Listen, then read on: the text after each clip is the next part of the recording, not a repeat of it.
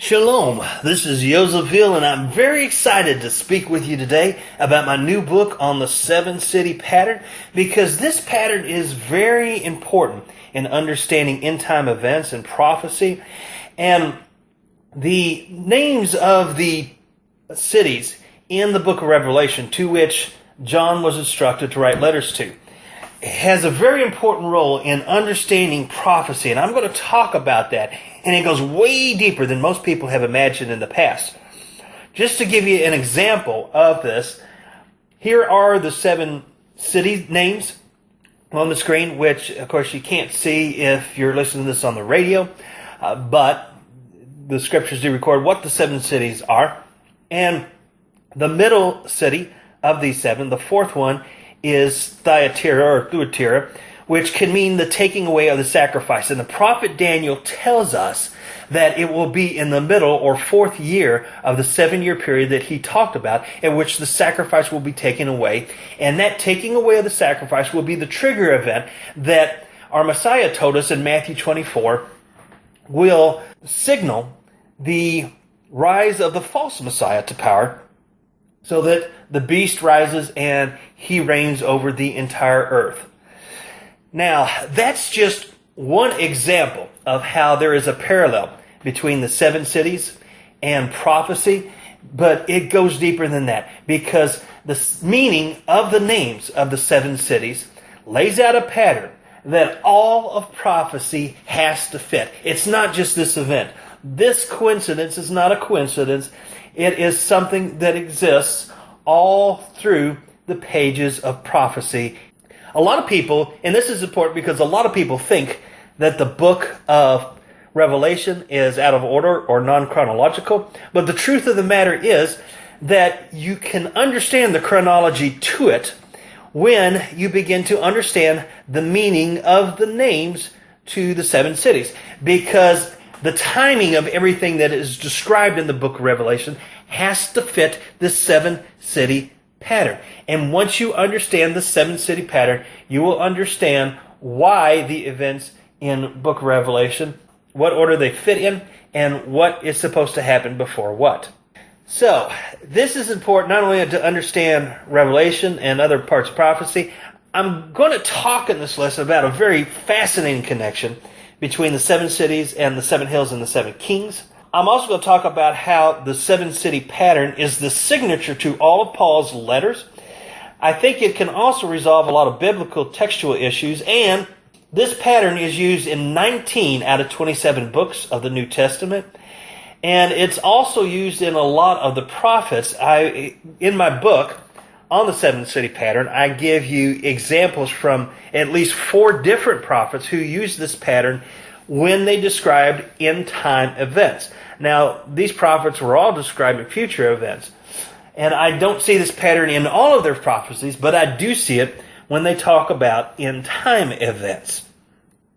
Now, the first thing you have to understand about this pattern is, again, the meaning of the pattern is found in the meaning of the names of these cities. However, you won't understand the pattern if you only look up their names in Greek. Now, some people are tempted to do that, partly because they think that the Greek language holds the key to everything.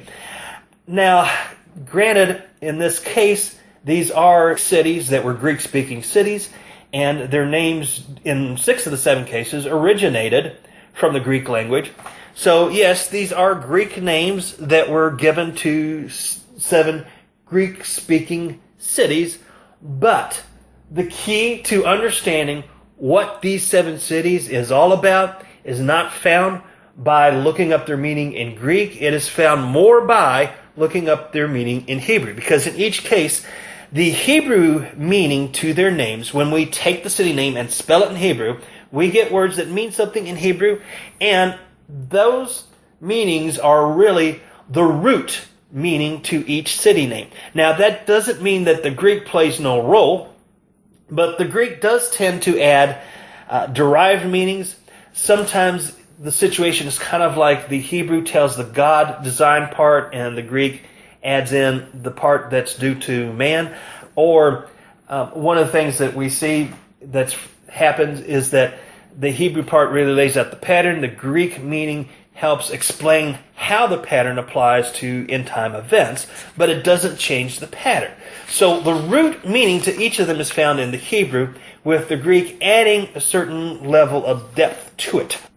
The 7-city pattern isn't the first pattern I've talked about. In the 42 journey pattern, in my book on that, I have a much longer pattern, but it's simpler because each encampment, each journey, usually has only one meaning. Sometimes there's two ambiguous meanings to the journey name or the encampment name. And I also explain in my book how when that happens, it's usually because God wanted us to see a connection between one possible meaning and the other possible meaning. So when you see a name that has more than one meaning, what you want to look for is, what do those two concepts have in common? What is the connection between that? Because that connection is often the message that God has for us in that name. Now, in the case of the 7-city pattern, it's shorter, but each city name itself has multiple meanings to it. So in one sense, it's easier, in another sense, more complicated. We've got more of this trying to merge thoughts together to find what's in common going on with this pattern than we do the other one. Now, I'm going to explain to you the meaning of each city name here, but I'm going to go through it kind of fast, because what I'm going to do is I'm going to give you more of the end results.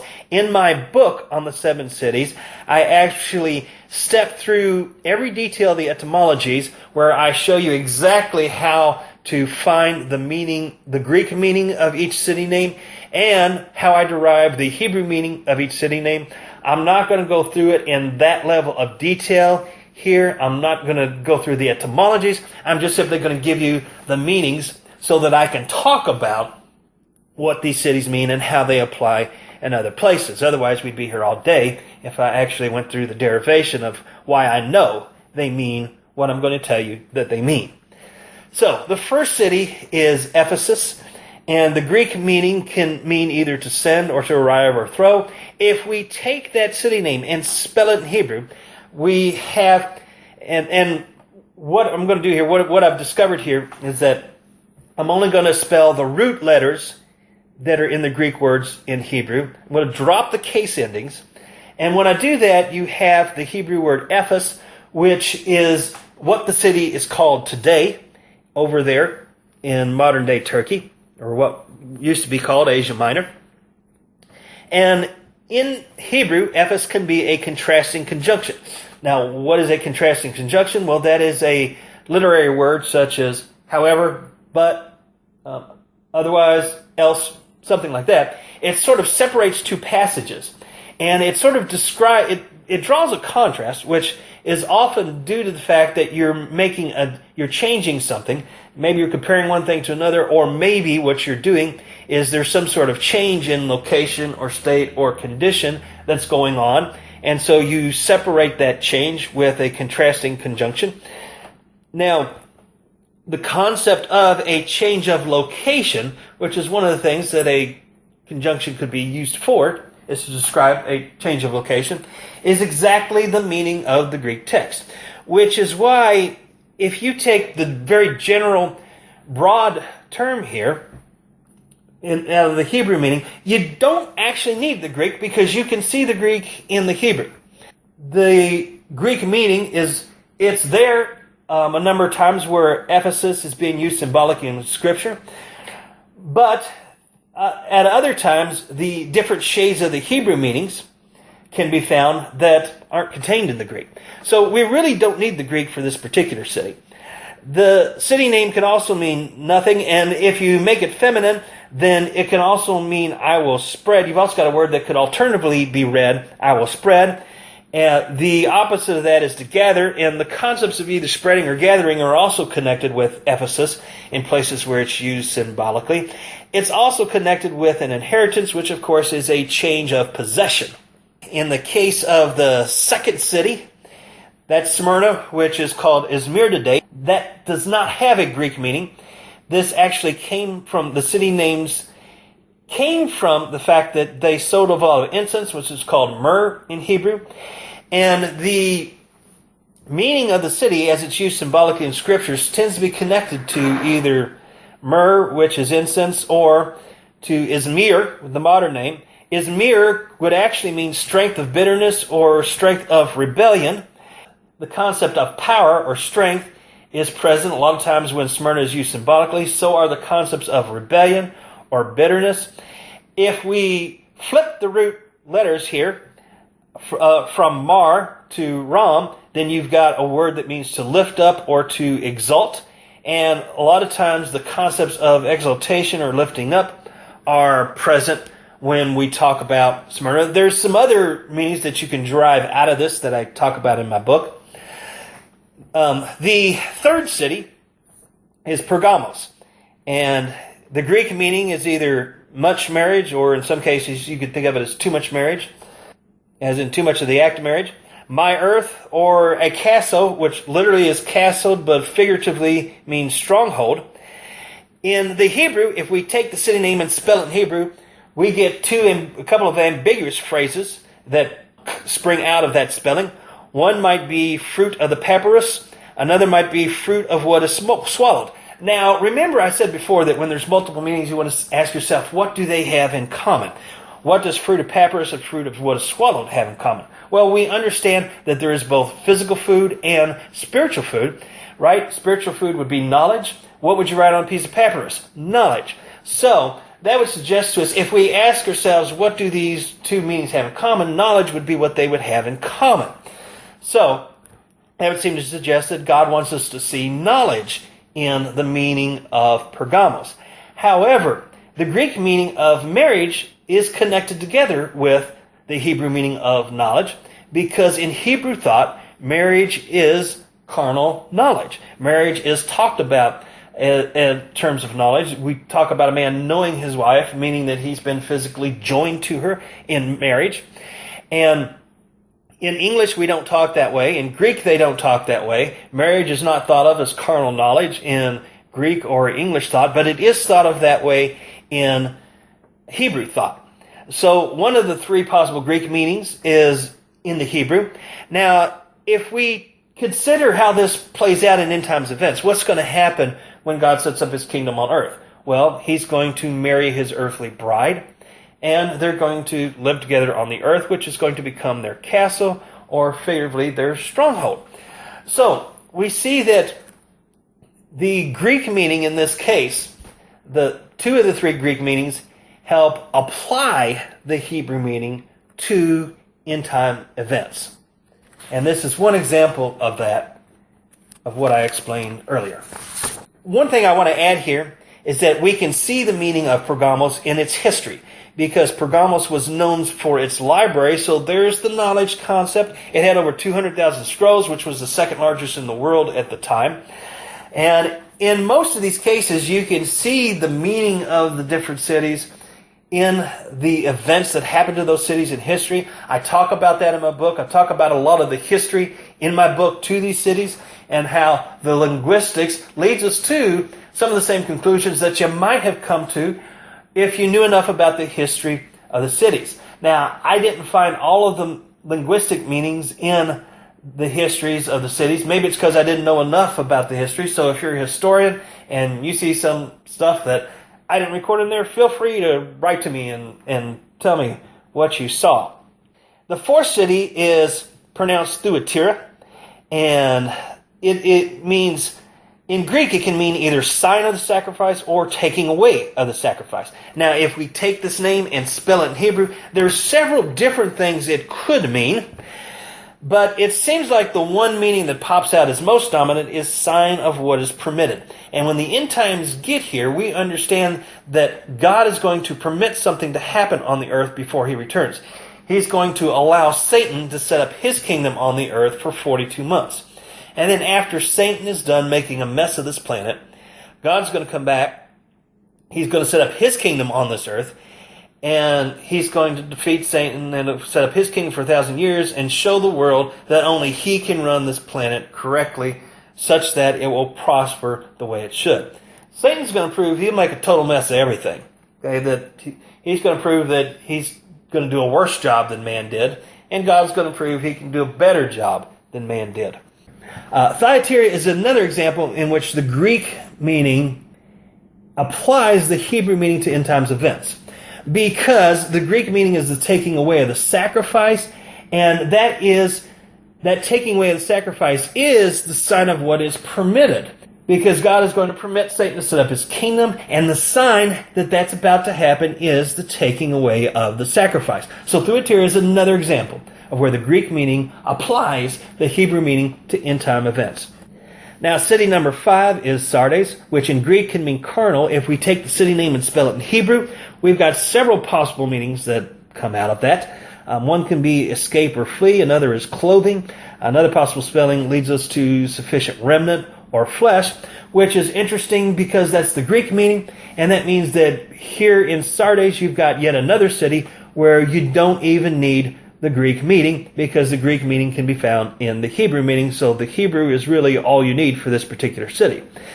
The concepts of witness and eternity are also connected to Sardes, which you can get out of another near spelling.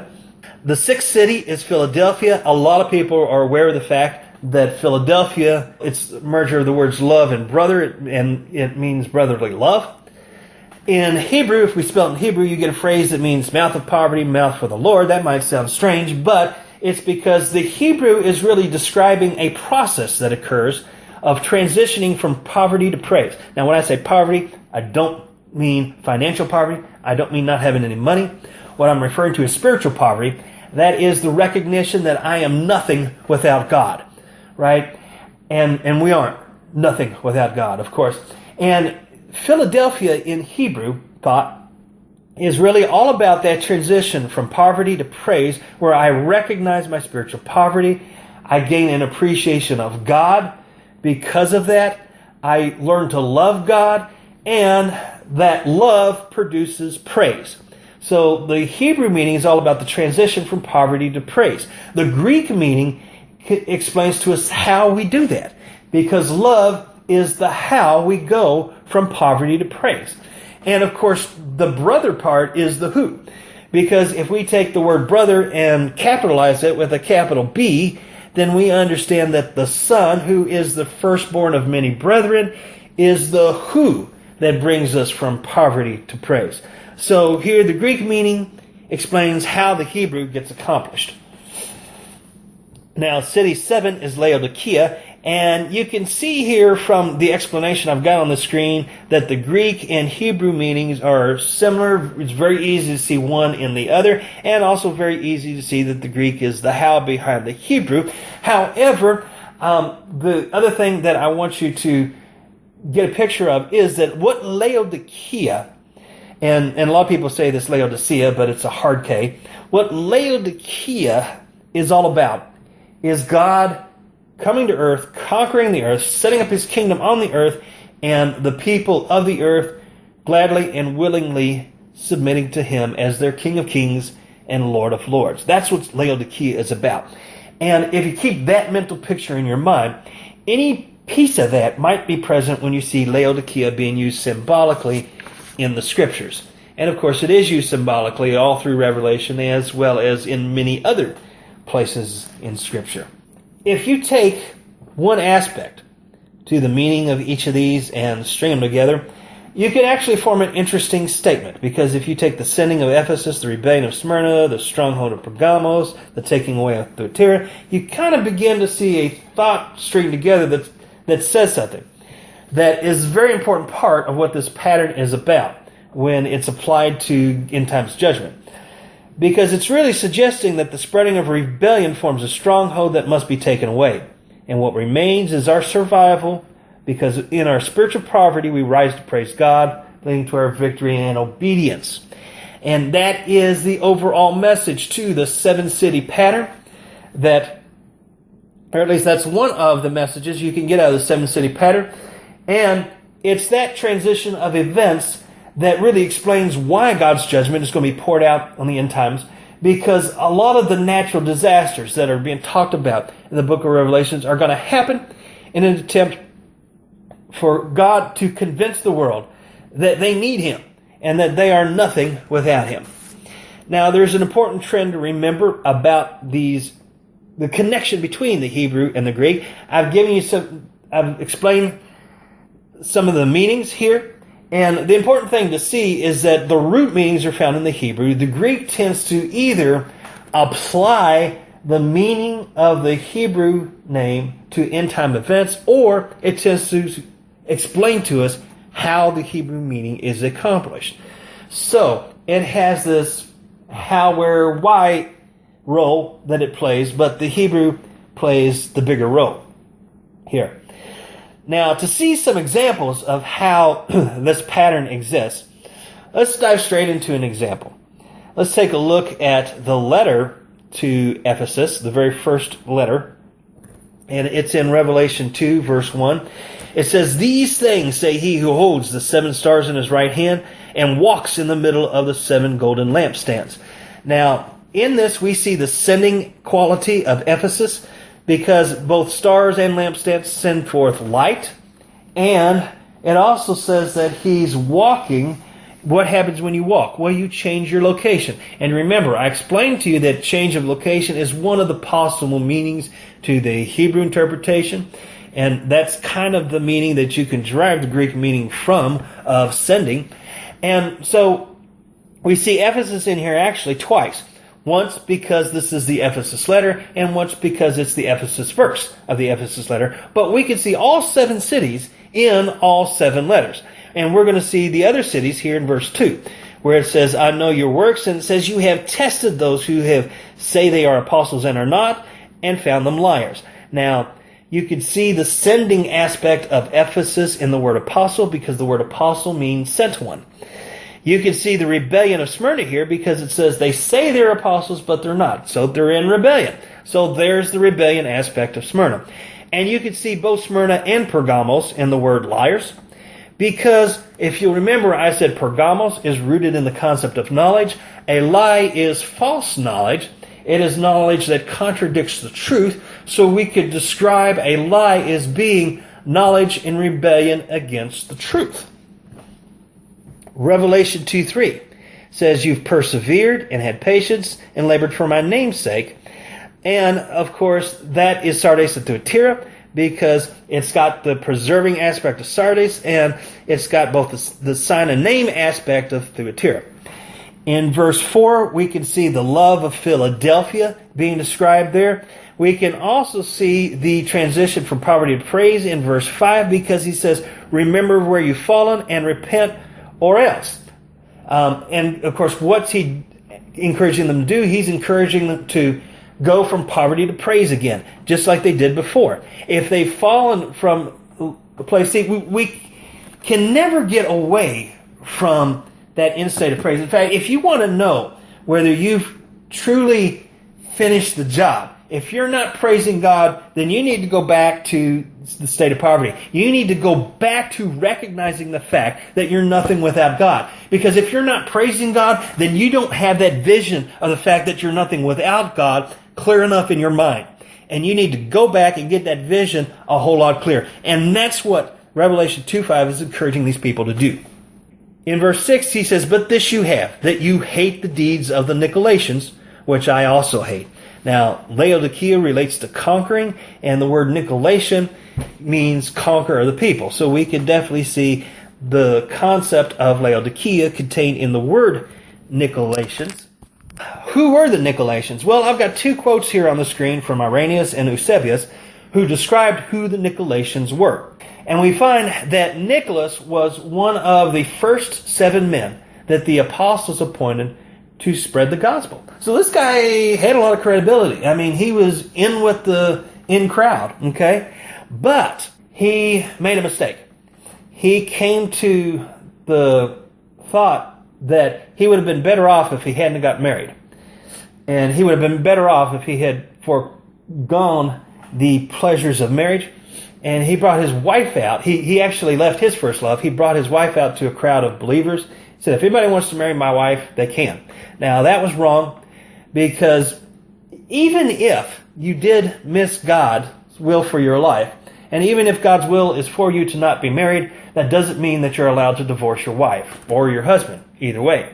Because once you get married, God's will is for you to stay married, because if you divorce your spouse, you are at that point messing up somebody else's life. Now, maybe you messed up your own life by stepping outside of God's will, But that doesn't give you an excuse to mess up somebody else's life. But his followers took what he taught and used it. They used his credibility that he got from the apostles to justify adultery and all kinds of other carnal sins. And that's who the Nicolaitans really were. The 7 cities has a very interesting connection to the 7 kings and the 7 hills. Because Daniel 7 says that 10 kings are going to arise in the end days and the false Messiah is going to subdue 3 of them. In Revelation 17:9 it says, "Here is the mind which has wisdom. The 7 heads are 7 mountains on which the woman sits, and there are 7 kings."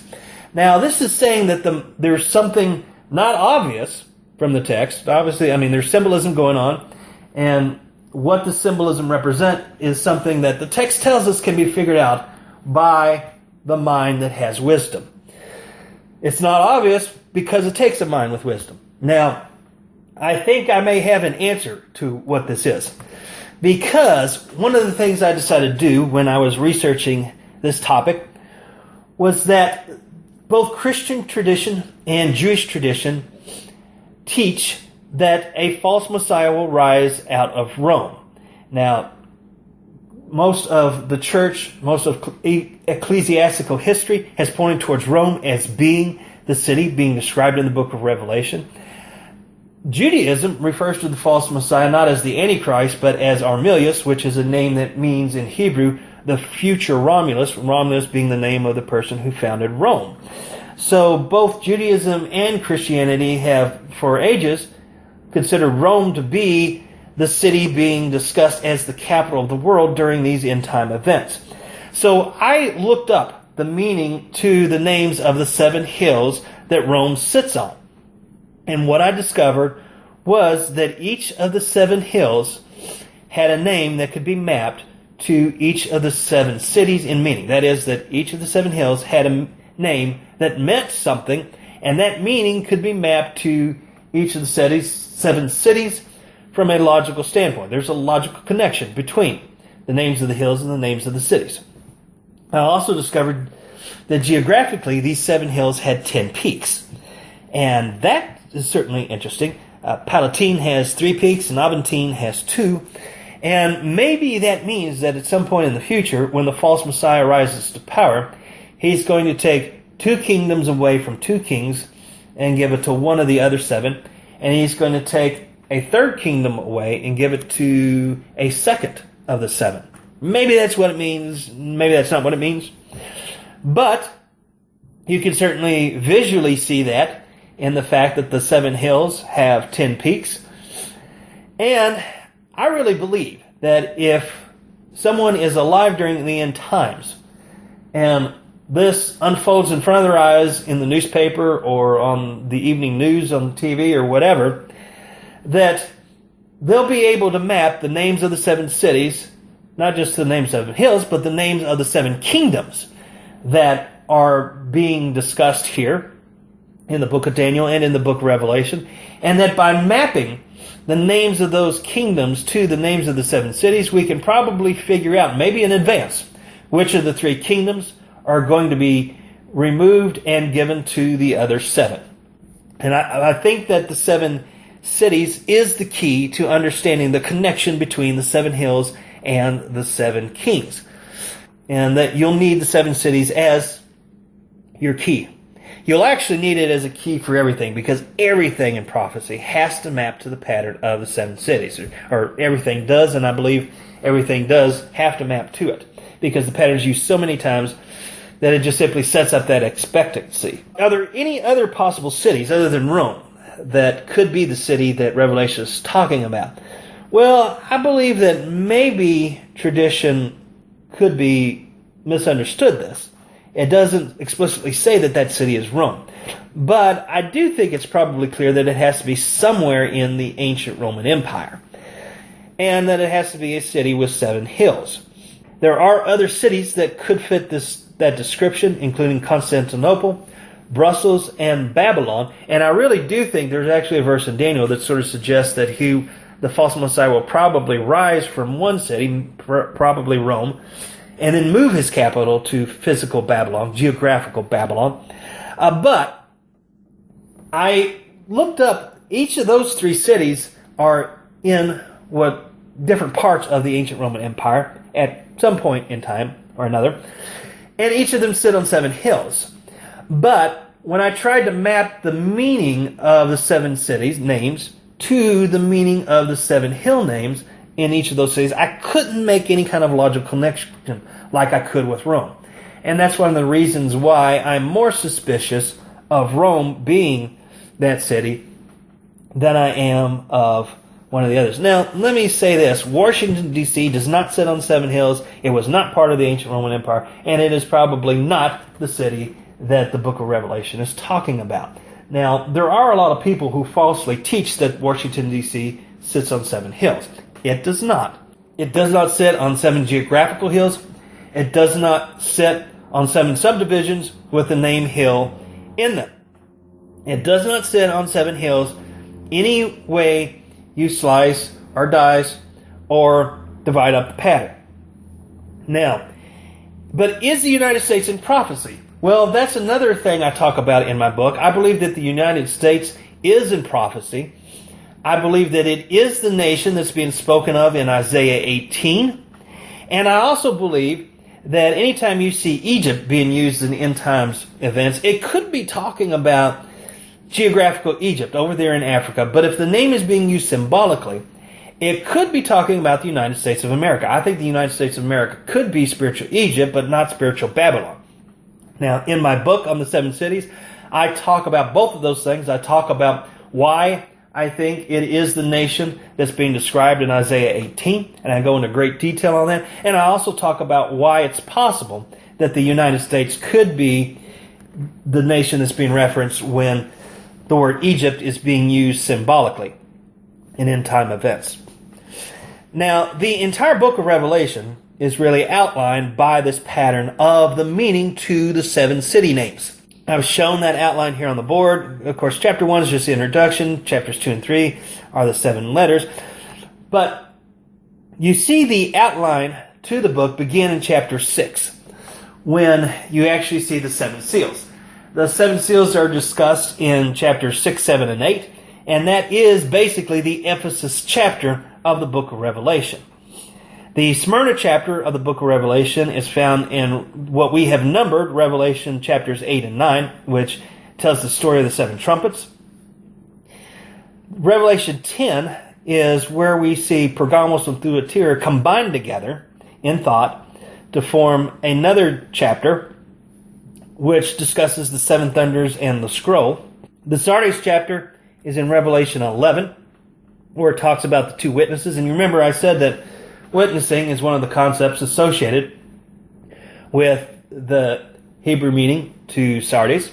Philadelphia is found mostly in chapter 12 and a little before and after, where Satan is cast from heaven and the woman goes into the wilderness. That's the Philadelphia chapter of the book of Revelation.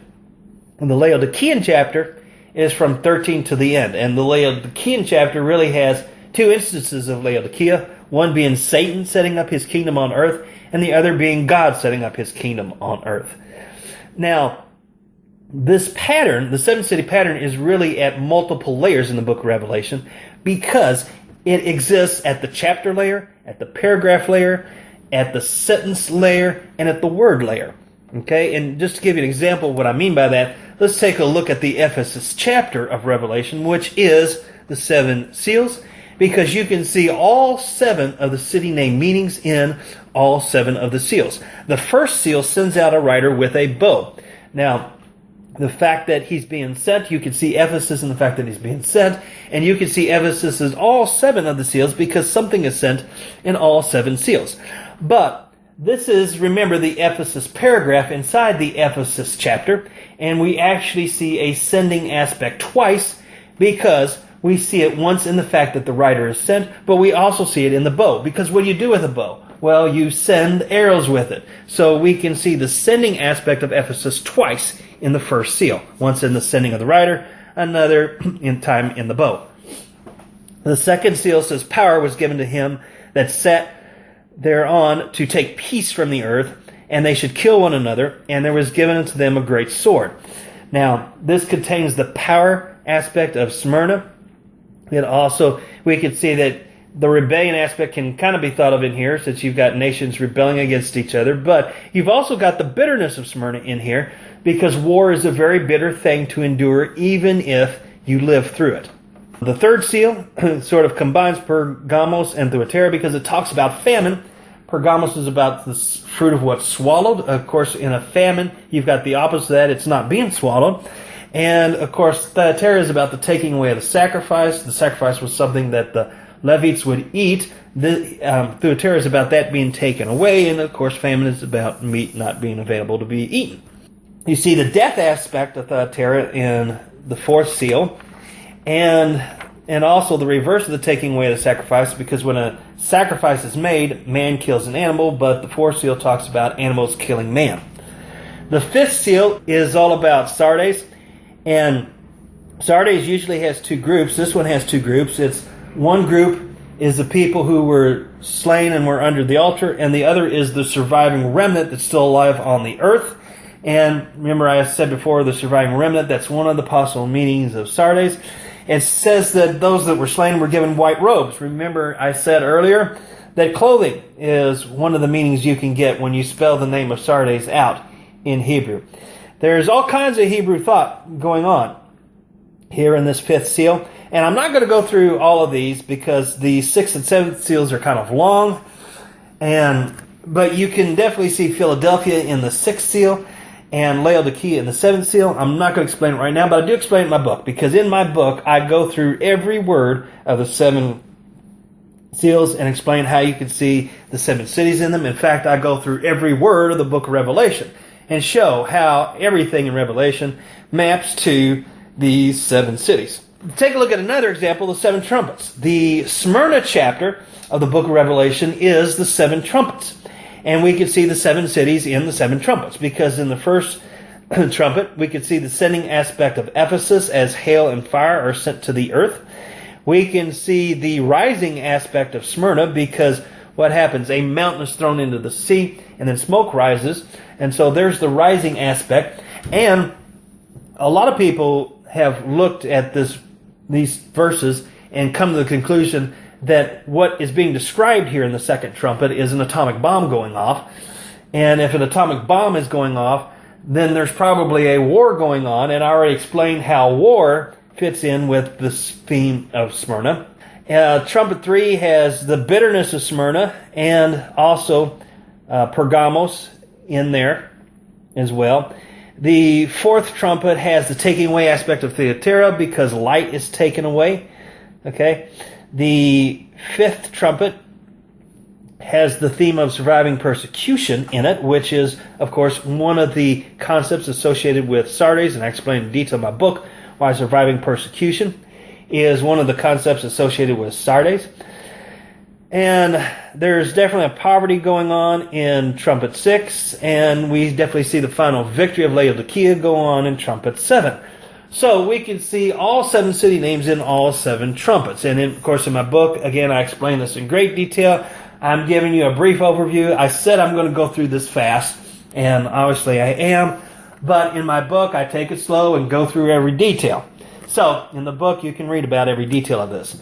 Now, there are longer sections, longer chapters, and again, this structure of the seven cities outlines the book of Revelation at the chapter level, at the paragraph level, at the sentence level, and sometimes even at the word level within a sentence.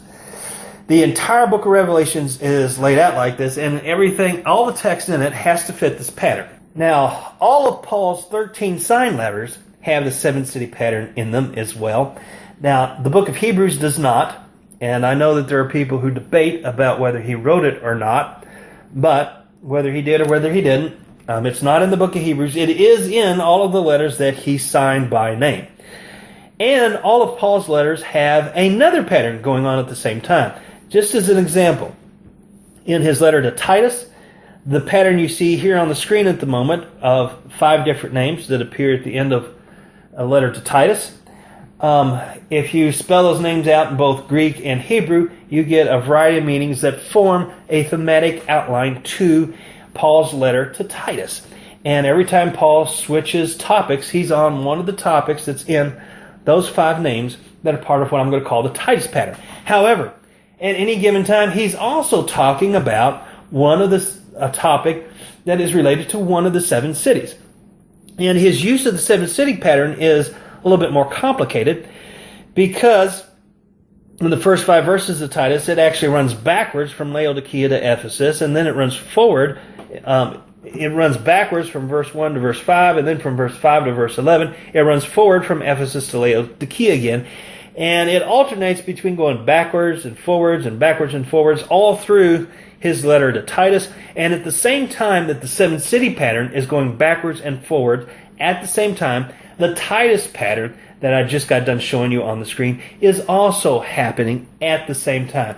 Now, I really believe that this means several things. First of all, it really shows the fact that there is divine inspiration going on in Paul's letter. It shows that there's divine inspiration going on in the book of Revelation, because there's probably no way any human being could have thought of this. I mean, really, if somebody had thought of trying to outline their book to fit a pattern, they might outline a book to fit a very general pattern, but to do it at the chapter level and to repeat that at the paragraph level and repeat it at the sentence level is kind of beyond most people's thinking. And if Paul really did do this intentionally, then he's a pretty smart guy and we probably ought to listen to him. However, I think that this happened by divine inspiration because God wrote the letters of Paul using his hand as his pen, but it was really a higher mind that wrote this. And the existence of these patterns is really the stamp of divine inspiration on his work. Titus isn't the only letter of Paul's where this happens. Here's another example. In Timothy, again, Timothy has its own pattern as well as the 7-city pattern going on both at the same time. Now, this was not an accident. It was not a coincidence. It was an intentional part of the divine inspiration. Not only does the pattern appear in Paul's writings, but it appears in the writings of Luke, of John, in Revelation, and of Jude. So did all 4 of these authors talk to each other and say, let's do this, let's write stuff in this pattern?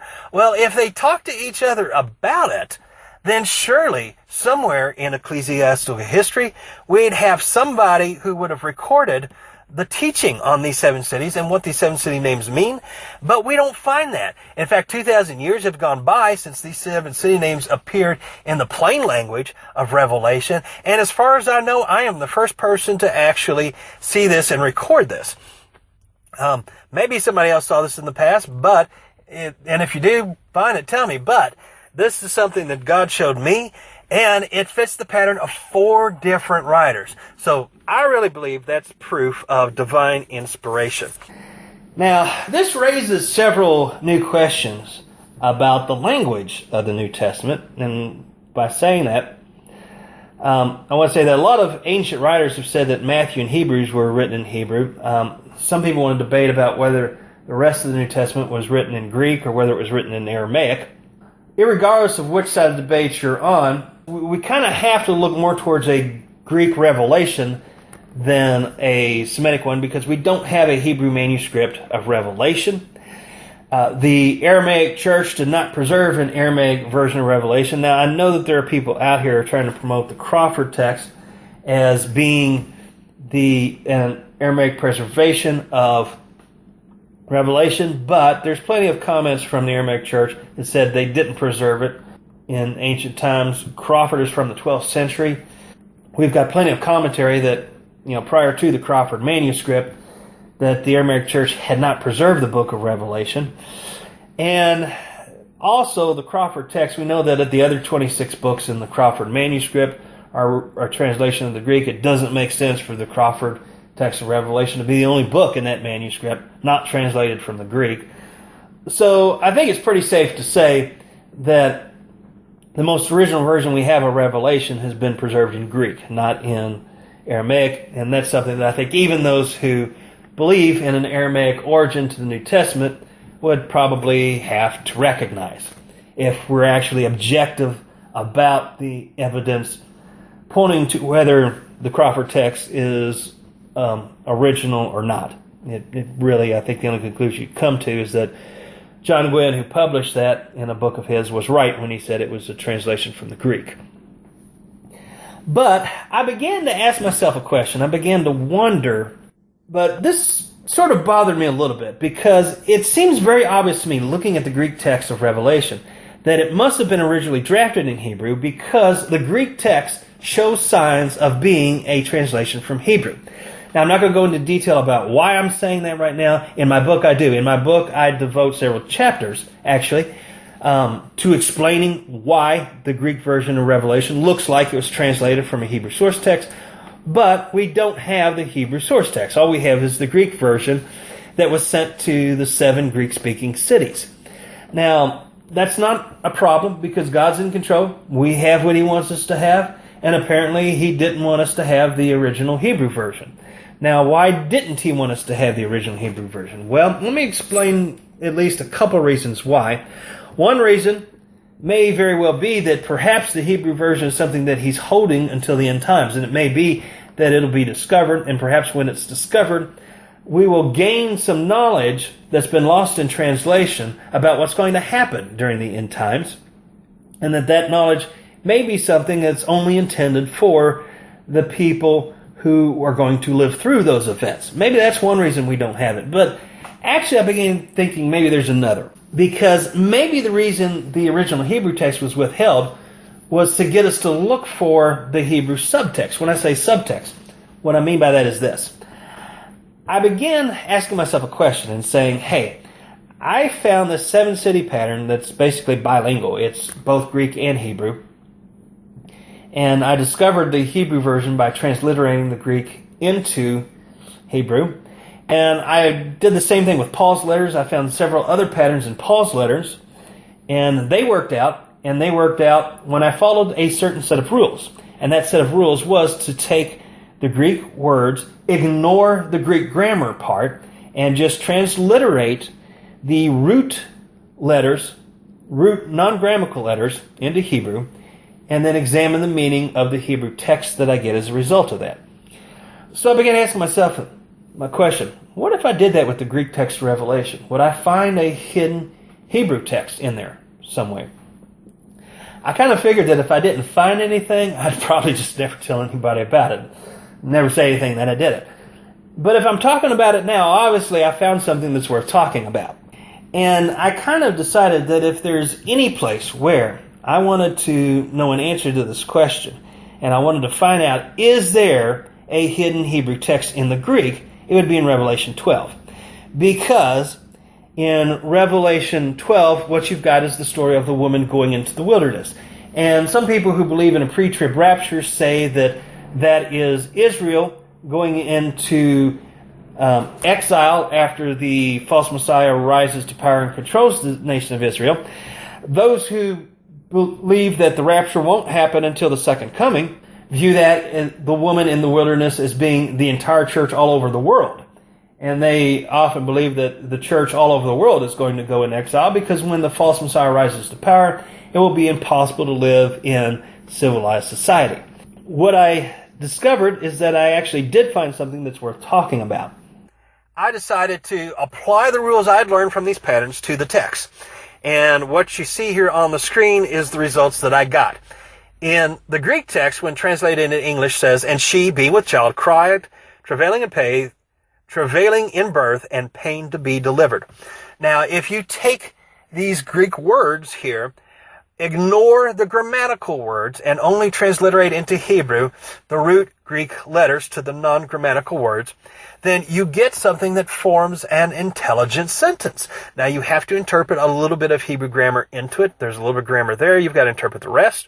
But what this says, if you string this together in thought, is what is secret and silent will be cried out. A witness will announce the flight in the year that is the season of repair. Well, that sure is an interesting sentence because it seems to be commenting on what is being revealed in the Greek in plain language. Because this is the story of the woman. She gives birth.